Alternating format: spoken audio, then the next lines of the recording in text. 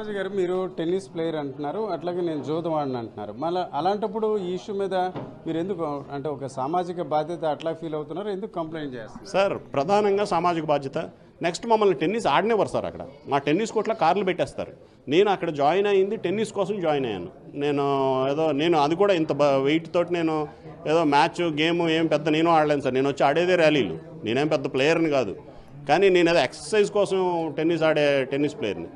అసలు ఎవరిని వాళ్ళు టెన్నిస్ ఆడినేవారు సార్. అక్కడ తెచ్చి కార్లు పెడతారు, అది అన్ఈవెన్ బౌన్స్ వస్తుంది. కార్లు 100 కార్లు 200 కార్లు వస్తాయి. ఎక్కడ పెడతారు? పార్కింగ్ లేదు.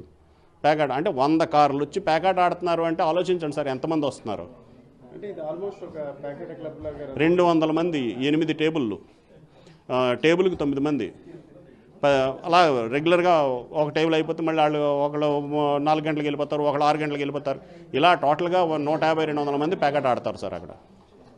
ఇది ఈరోజు శివాజీ గారు పూర్వ సభ్యులు ఈయన చేసిన ఆరోపణపై ఖచ్చితంగా ఐబీపీ సెంచరీ క్లబ్ మాత్రమే కాకుండా విశాఖ సిటీ పోలీసులు కూడా సమాధానం చెప్పాల్సిన పరిస్థితి.